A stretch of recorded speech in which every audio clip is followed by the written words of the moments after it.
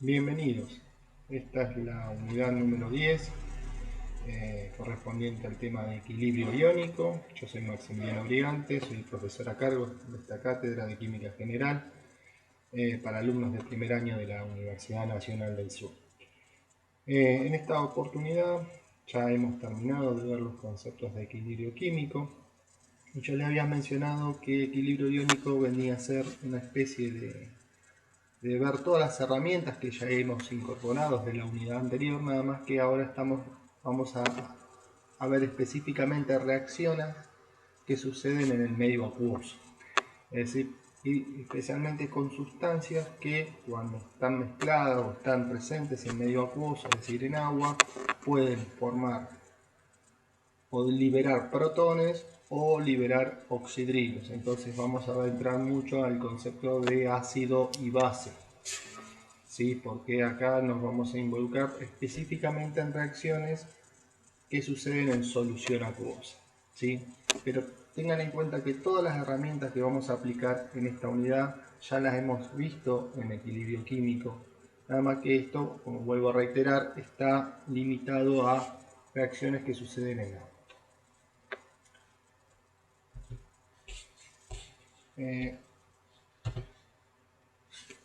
Como les mencioné, principalmente vamos a centrarnos en reacciones donde se encuentran involucrados ácidos y bases. Ácidos y bases es una clasificación que se le da en el caso de los ácidos, a aquellas sustancias que tienen la capacidad de alguna manera de generar protones en solución, ¿sí? Generar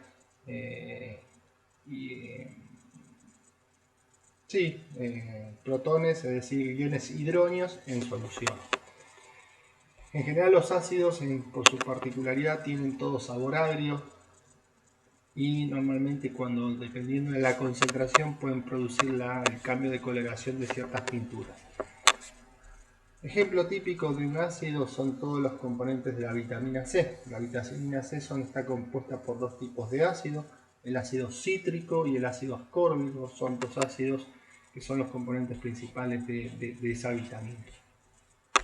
En cambio, las bases, o también llamado álcali, tienen todo lo contrario, tienen un gusto amargo y cuando uno los toca tiene un aspecto grasoso, ¿sí? O tipo grasoso. Y eso, por ejemplo, cualquier tipo de jabón son tan conformados por sustancias capaces de en realidad tomar los protones, ¿sí? O también son conocidos las bases por generar oxidrilos en solución acuosa. Por lo tanto, para ser específicos en las clasificaciones, existen diferentes terminologías o definiciones para definir qué es un ácido y qué es una base. El primero que hizo una subclasificación fue Arrhenius, en el cual denominó cualquier ácido aquella sustancia que al disolverse en agua aumenta la concentración de protones, mientras que una base, un álcali, es aquella que al disolverse en agua aumenta la concentración de oxidrilos. Obviamente,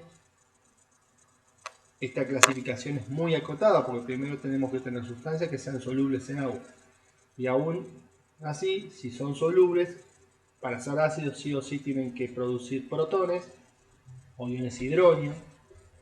¿Sí? El ion hidróneo, acuérdense que es H3 oxígeno con esa carga positiva, o sea, es la suma del protón más agua, entonces eso da H3 oxígeno con la carga positiva, eso se denomina hidróneo, o lo mismo que decir protones en solución acuosa.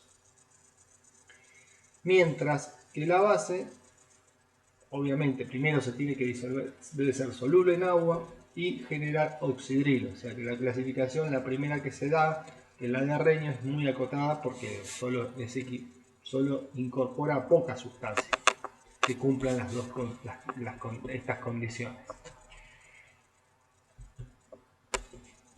Después apareció Proust y Lowry, que dio una clasificación mucho más general, porque no era necesario que la sustancia esté disuelta en agua, sino que podría ampliar mucho más la clasificación de las mismas. Entonces Bronsted y Lowry que sostuvieron que un ácido era una sustancia capaz de ceder protones a la otra sustancia, es decir, por ejemplo, no es necesario que estuviese el agua. ¿Sí? Mientras ceda protones, se la considera un ácido, y una base es aquella capaz de aceptarlos. ¿Sí? Entonces, acá no está presente el agua, no hay una clasificación de que haya sustancias disolubles en agua. En cambio, la de Arrhenius sí, necesitábamos que esa sustancia esté soluble en agua. Por ejemplo, si tenemos esta reacción que se muestra acá, el cloruro de hidrógeno reacciona con el amoníaco, los dos en estados gaseosos, para dar este compuesto que es cloruro de amonio. En este caso, el cloruro de hidrógeno tiene un hidrógeno capaz de ser cedido al amoníaco, que es esta sustancia capaz de recibirlo. Entonces, el amoníaco se considera como una base de Bronsted, porque es la sustancia capaz de ceder, de aceptar ese protón. En cambio, el cloruro de hidrógeno es un ácido de Bronsted capaz, porque es aquella capaz de ceder ese protón. ¿Sí?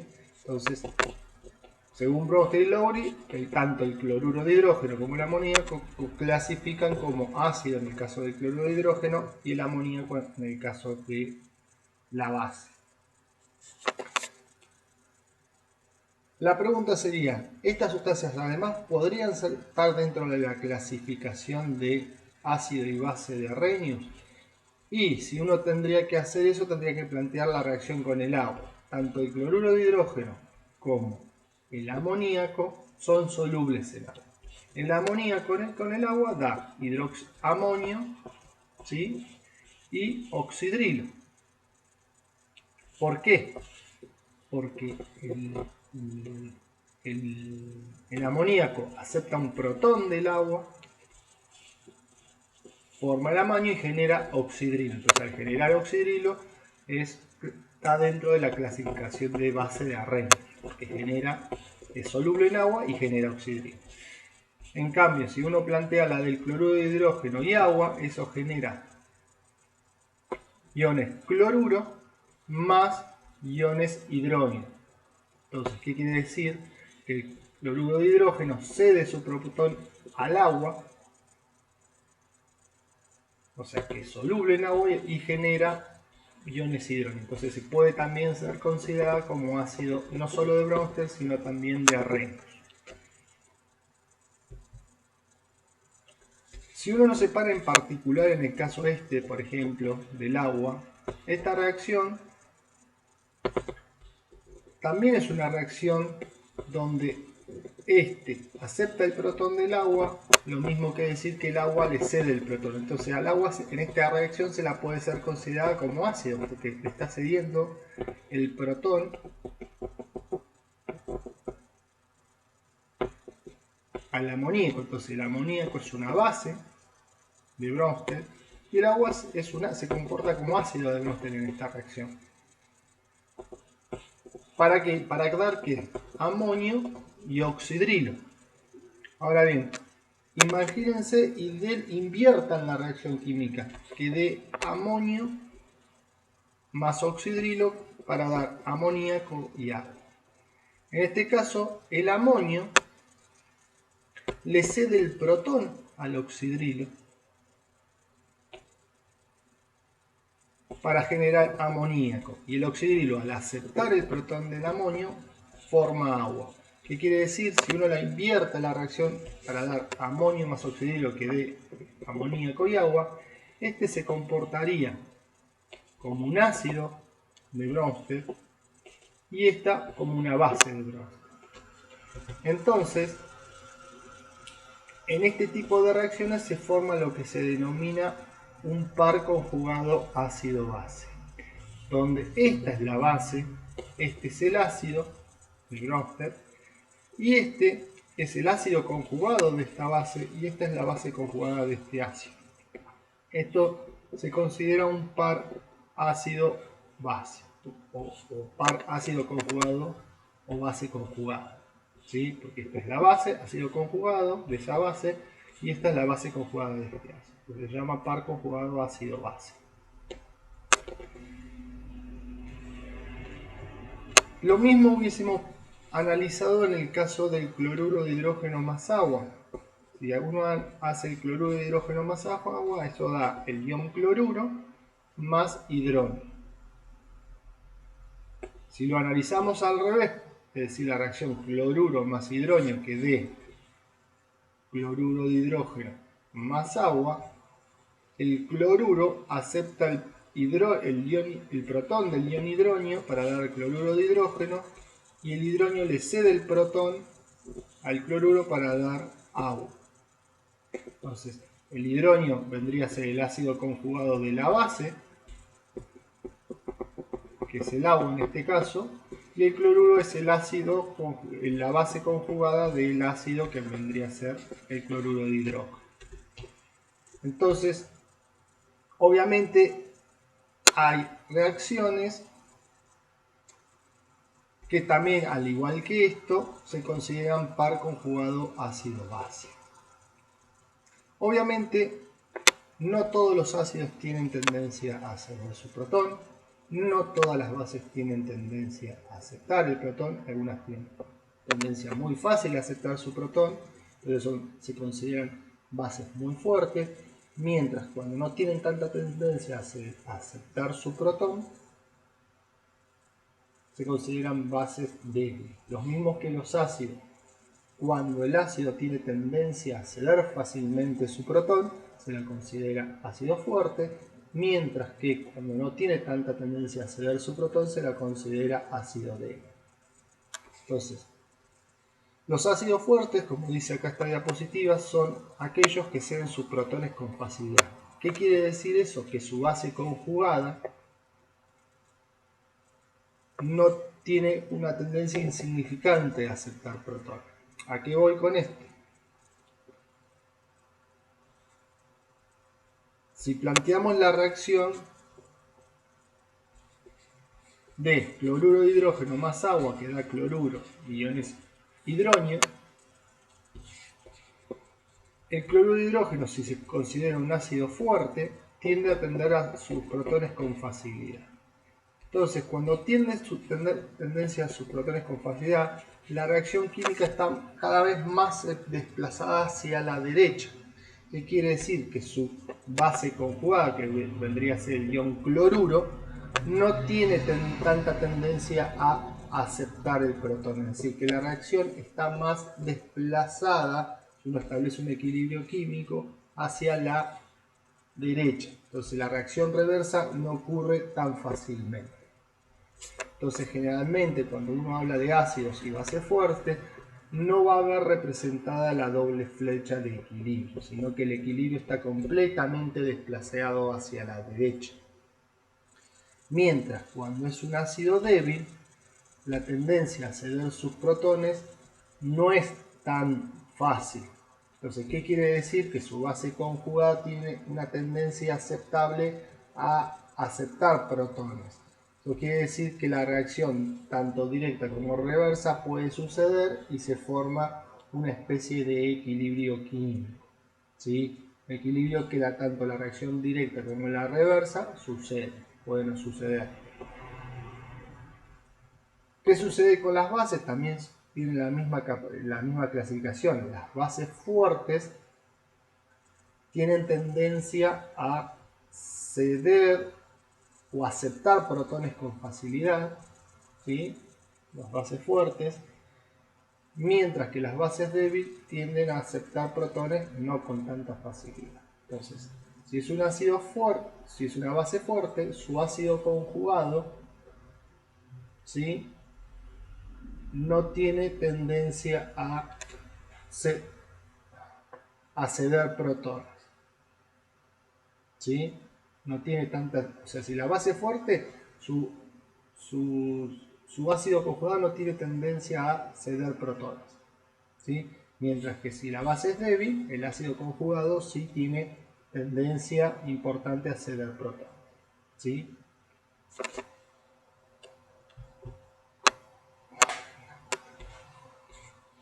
Acá en esta tabla se ve una clasificación de todos los ácidos y sus respectivas bases conjugadas.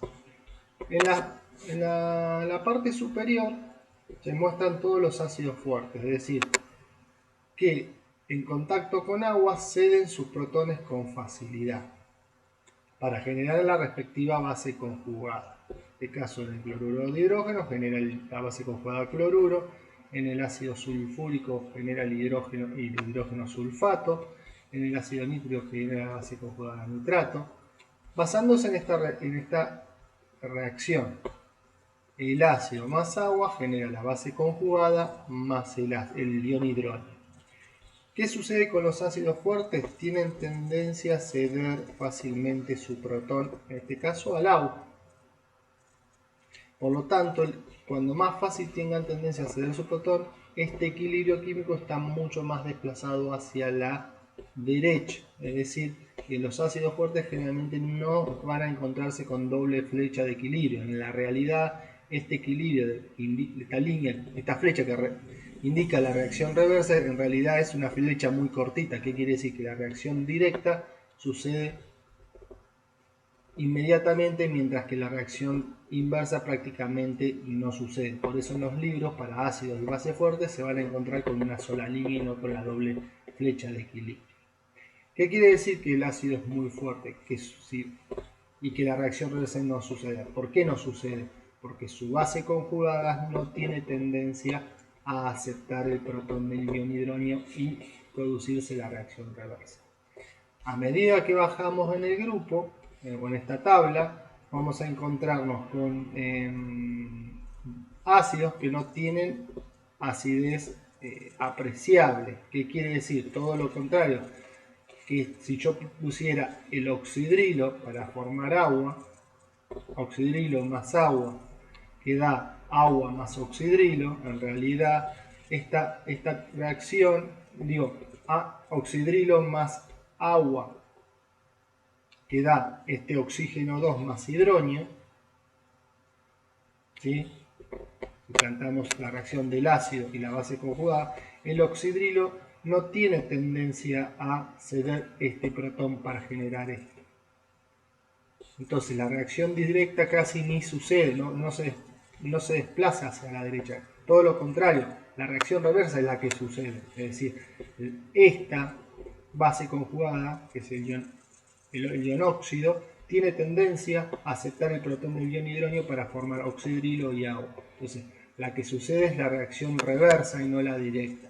Entonces, por eso se dice que estos compuestos tienen acidez despreciable.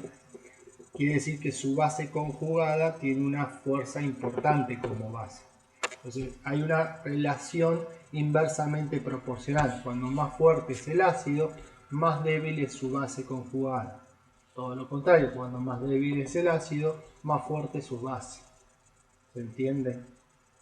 Entonces, en este caso, en estos últimos compuestos, la reacción reversa es la que sucede. En estos casos de arriba, la reacción directa es la que sucede.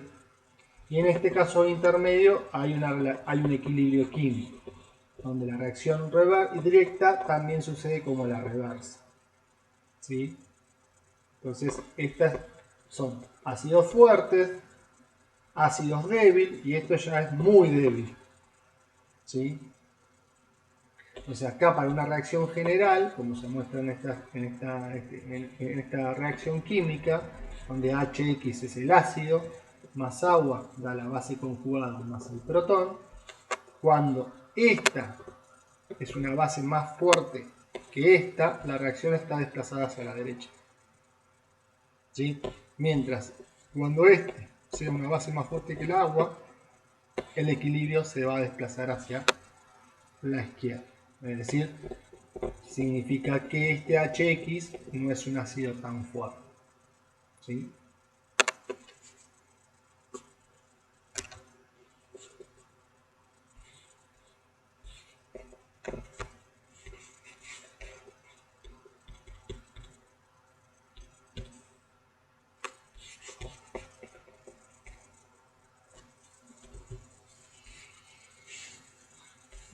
Como vimos, hay reacciones donde el agua actúa como base, por ejemplo, para aceptar los protones del fluoruro de hidrógeno, y puede actuar como ácido cediendo protones al amoníaco, por ejemplo. Entonces, el agua es una de las pocas especies que puede actuar como ácido o como base, aceptando protones o cediendo protones. Entonces, cuando sucede eso, al agua se la considera como que tiene un carácter anfótero, que puede actuar tanto como ácido o como base. Entonces, cuando sucede eso, en realidad cuando tenemos agua, hay una reacción donde obviamente el agua tiene igual posibilidad de actuar como ácido como base. Entonces, eso se conoce como autodisociación del agua. O sea, al producirse esa autodisociación se generan iones hidróneos, ¿sí? Porque hay una base que le cedió, que aceptó el protón de este ácido, entonces se produjo el ácido conjugado de esta base, y al cederle el protón a esta base se genera la base conjugada.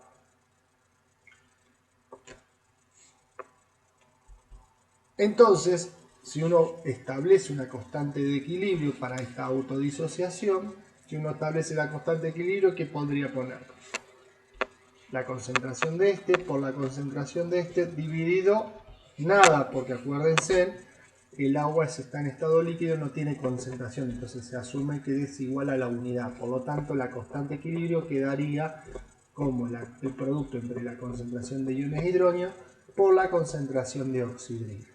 Ese constante de equilibrio, si está tabulada a 25 grados, tiene un valor de 1 por 10 a la menos 14. Y eso se conoce como la constante de autodisociación del agua y se la conoce como K sub W. ¿Sí? Porque W viene de water.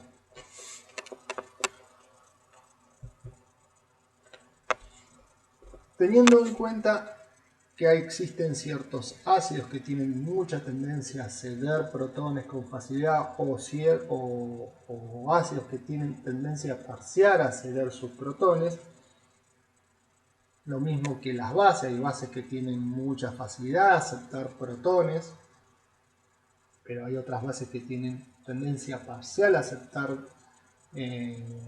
protones. Tenemos en solución acuosa, por ejemplo, necesitamos medir el grado de acidez o alcalinidad de una base, o el grado de acidez de un ácido o el grado de alcalinidad de una base. Entonces, la medida que uno puede utilizar para medir la tendencia de un ácido a ser muy fuerte o ser muy débil, o una base a ser muy fuerte o ser muy débil, es el pH. El pH de alguna manera es una unidad, una medida del grado de alcalinidad o acidez de una solución acuosa.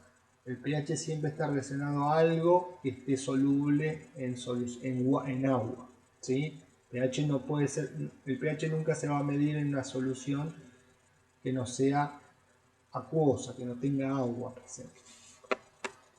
¿Por qué? Porque el agua ya de por sí sola genera protones y oxidrios, ¿sí? Entonces, si disolvemos un ácido en agua, ese ácido va a tender a ceder el protón al agua y genera iones hidróneos.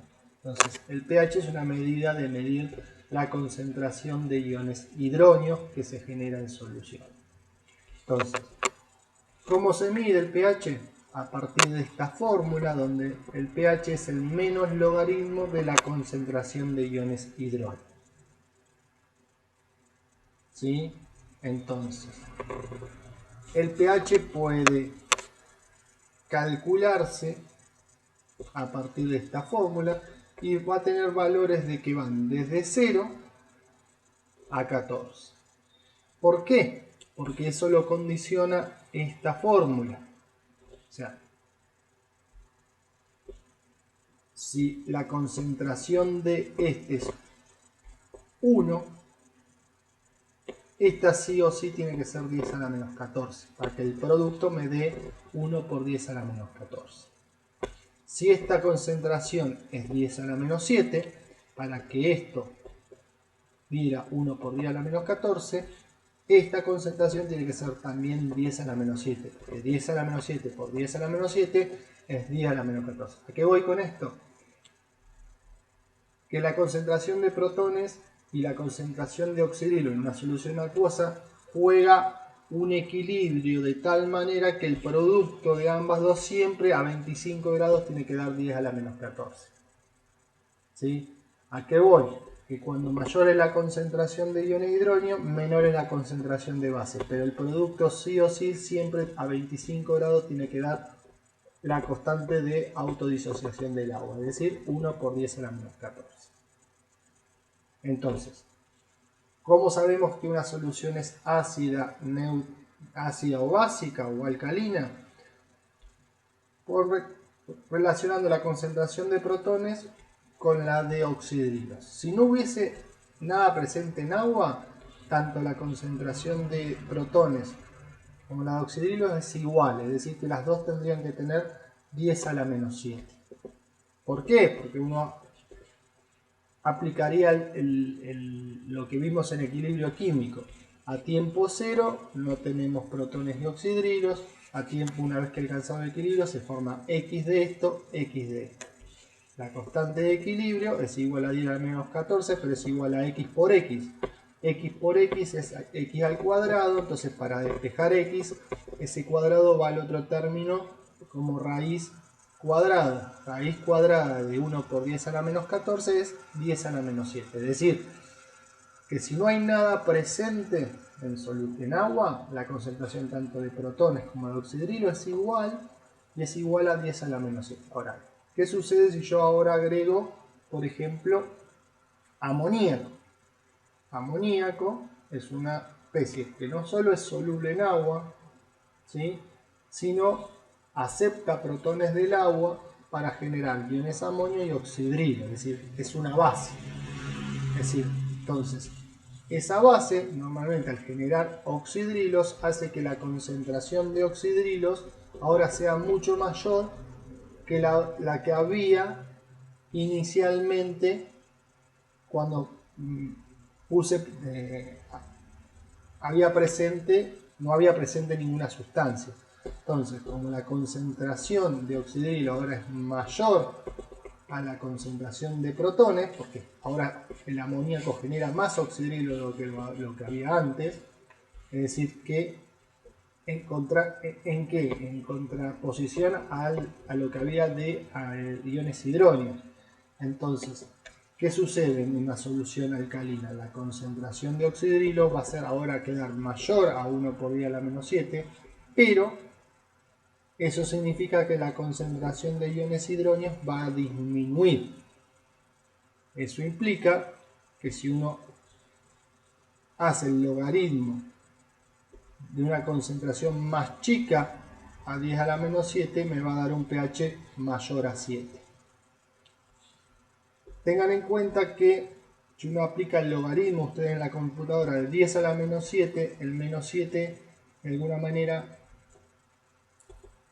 el exponencial menos 7 pasa, desciende y queda acá, menos 7 por menos, ¿sí?, logaritmo de 10. Logaritmo decimal de 10 es 1, entonces les queda menos 7 por menos 1, entonces les queda 7.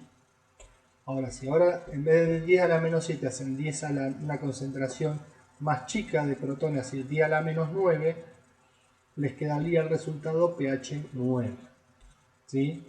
Entonces, cuando más chico es el valor de la concentración de protones, más grande es el valor de pH. ¿Qué sucede si en vez de disolver amoníaco disolvemos cloruro de hidrógeno? Eso genera iones cloruro y genera iones hidrógeno. Ahora, como genera iones de hidrógeno, eso significa que lo que yo había inicialmente antes de agregar el cloruro de hidrógeno, que era 10 a la menos 7, estoy generando más. Entonces voy a tener una concentración de iones hidrógeno mayor a la de oxidrilos. Entonces, eso me implica que cuando mayor es la concentración de iones de hidrógeno, menor va a ser el valor del pH. Entonces, una solución ácida tiene valores de pH menor a 7. ¿Por qué? Porque ahora voy a tener una concentración más grande que la que había inicialmente cuando había agua sola, que era de 10 a la menos 7. Mientras en una solución alcalina voy a tener una concentración de protones menor a la que había inicialmente, ¿sí? Porque está generando oxidrilo, ¿sí? Entonces el pH resultante es mayor a 7. ¿Qué sucede suponiendo si uno quisiera calcular el pH de una solución de hidróxido de sodio o de hidróxido de amonio? Ustedes dicen, bueno, planteo la reacción hidróxido de amonio más agua da, amoníaco más agua da hidróxido de amonio y oxidrilo. ¿Y dónde están los protones? ¿Por qué voy a calcular el pH de algo que no genera iones hidrógenos, sino genera oxidrilo? Pero ustedes pueden, una vez calculado la concentración de oxidrilo, determinar la concentración de protones, porque una vez que ustedes saben la concentración de oxidrilo, también tiene el dato el valor de la constante de equilibrio, que es a 25 grados es 10 a la menos 14. Entonces, si yo ya sé el dato de la concentración de oxidrilo, lo paso al otro término de dividiendo y puedo determinar la concentración de protones. Entonces, una vez que determina la concentración de protones, aplican el valor del pH. ¿Se entiende?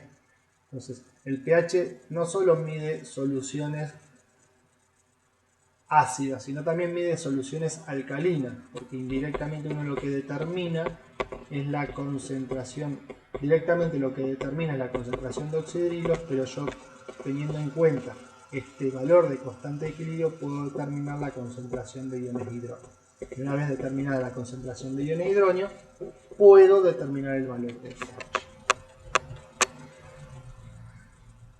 Obviamente acá tengo un montón de sustancias que ustedes conviven diariamente con sus respectivos valores de pH.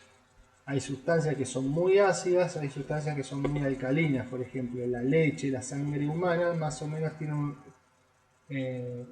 valor de pH cercano a la neutralidad, pH 7, quiere decir que tanto concentraciones de protones como de oxidrilos es igual. Pero después tenemos sustancias muy ácidas, como por ejemplo el jugo gástrico, que tiene un pH igual a 1. ¿Qué quiere decir? Que la concentración de iones hidrógenos es 10 a la menos 1, por lo tanto la de oxidrilo es 10 a la menos 13. ¿Cómo saqué esa conjunción que es 10 a la menos 13? Bueno, si la constante de equilibrio es 10 a la menos 14, 10 a la menos 14 dividido 10 a la menos 1 me da la concentración de oxidrilo. Y eso me da 10 a la menos 13. O sea, ¿qué quiere decir? Que el producto de concentración de oxidrilo por la concentración de hidrógeno siempre tiene que dar el valor de la constante de autodisociación de la 10 a la menos 14.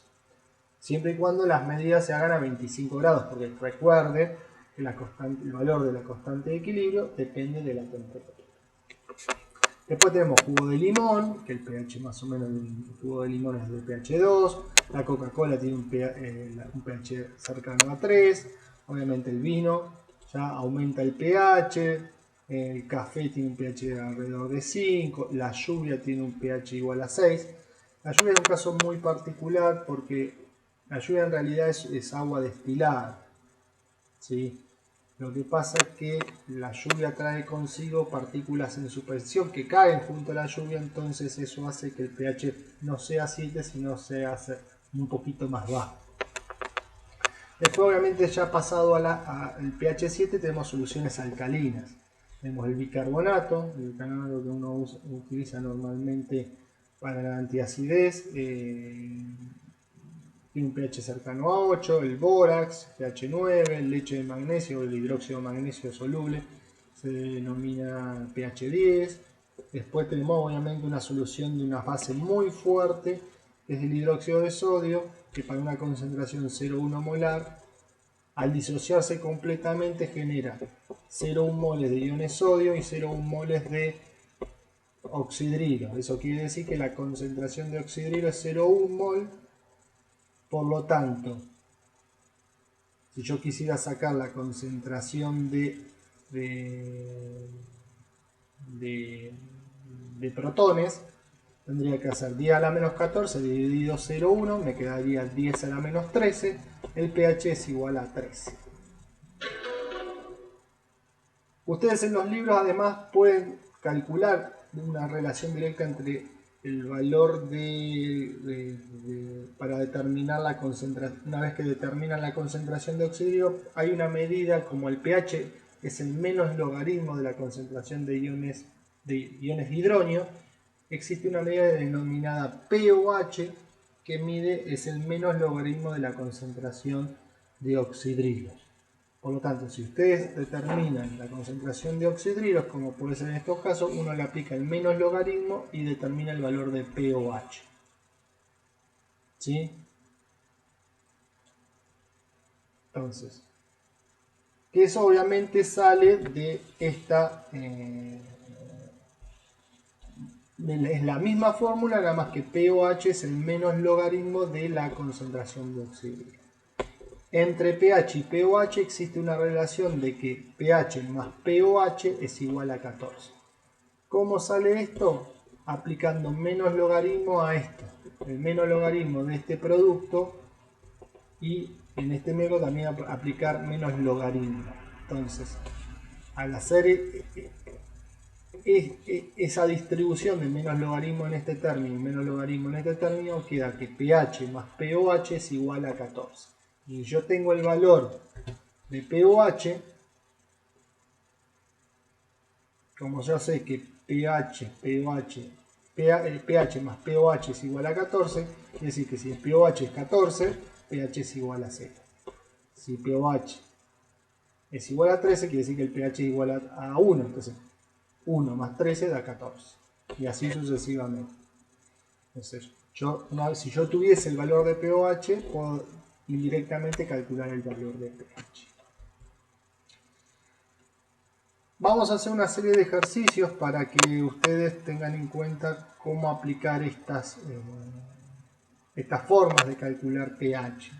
En realidad es una manera bastante sencilla, pero tienen que tener en cuenta una cosa muy en particular.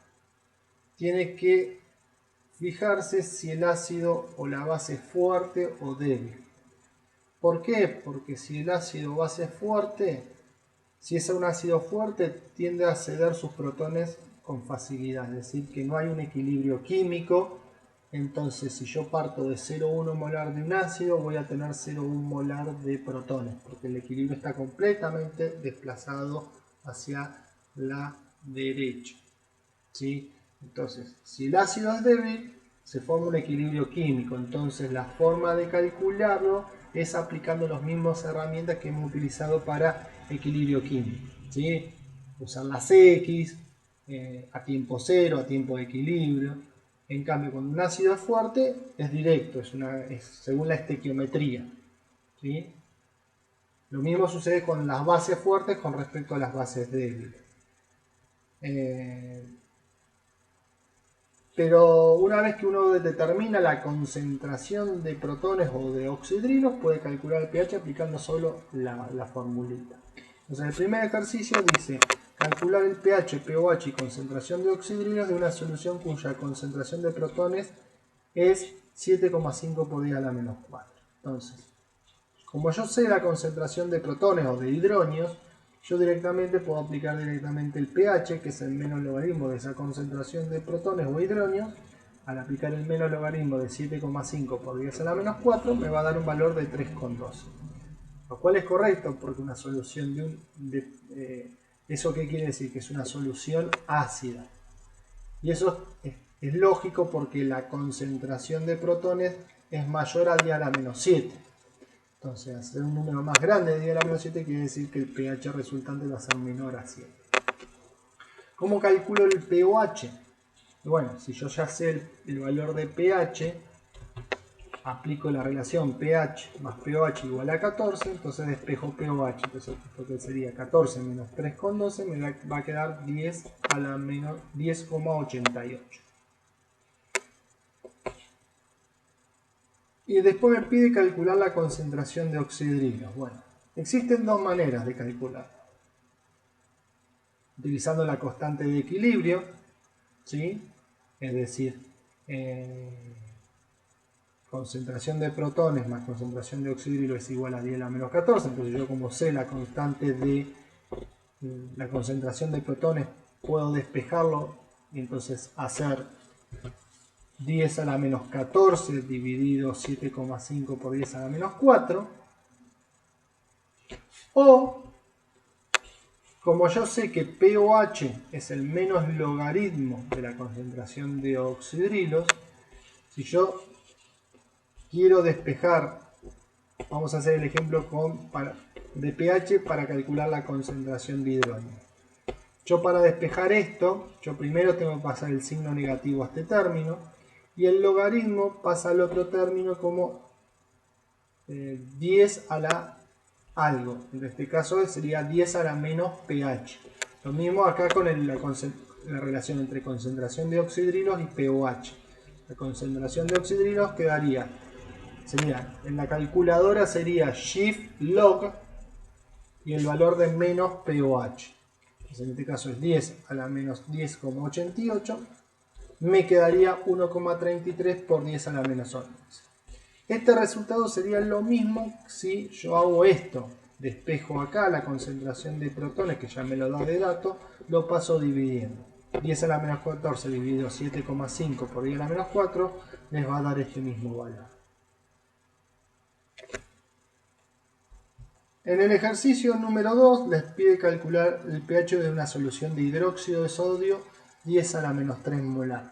Como les dije anteriormente, el hidróxido de sodio es algo que en contacto con el agua genera iones sodio y iones oxidrilo. Es decir, acá uno dice, ¿y el protón dónde está para calcular pH? Pero uno puede calcular la concentración de oxidrilo, ¿sí?, y ahí directamente calcular la concentración de protones utilizando la constante de equilibrio, la constante de autodisociación del agua. Entonces yo parto de una solución de 10 a la menos 3 molar. El hidróxido de sodio es un ácido, una base fuerte en realidad. Es una base que tiende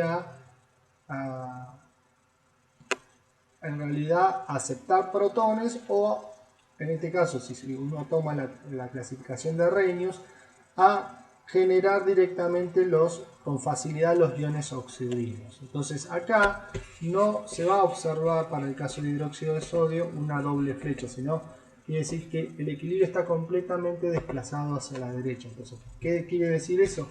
Que si yo parto a tiempo cero de 10 a la menos 3 molar, cuando se alcanza el equilibrio, esto ya no va a existir más, sino que se genera por un mol de esto, se genera un mol de esto, es decir, que la concentración de oxidrilos en el equilibrio va a ser 10 a la menos 3 molar. Entonces, yo, para calcular el pH, lo transformo a concentración de protones utilizando esta ecuación de la constante de equilibrio, o calculo pOH y lo despejo con esta forma. De las dos maneras me va a dar que, si yo, por ejemplo, le hago el menos logaritmo de esta concentración para calcular pOH, esto me va a dar un pOH igual a 3. Entonces,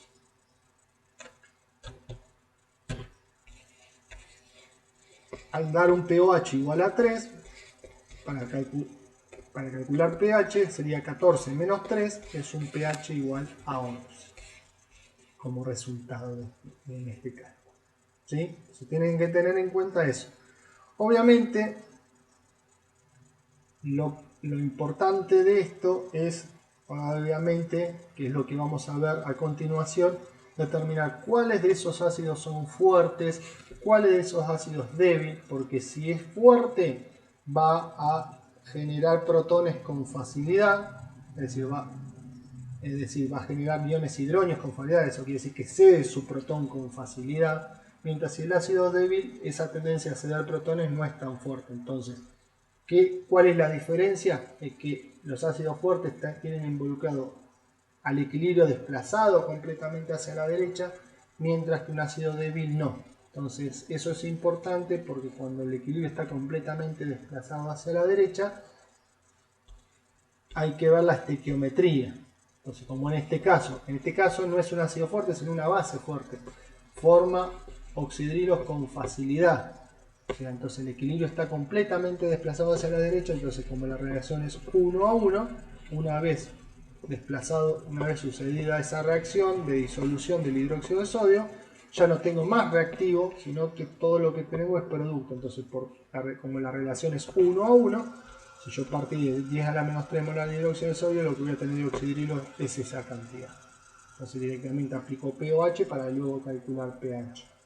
Pero cuando es una base débil, vamos a ver que eso no es tan estequiométricamente así. ¿Sí?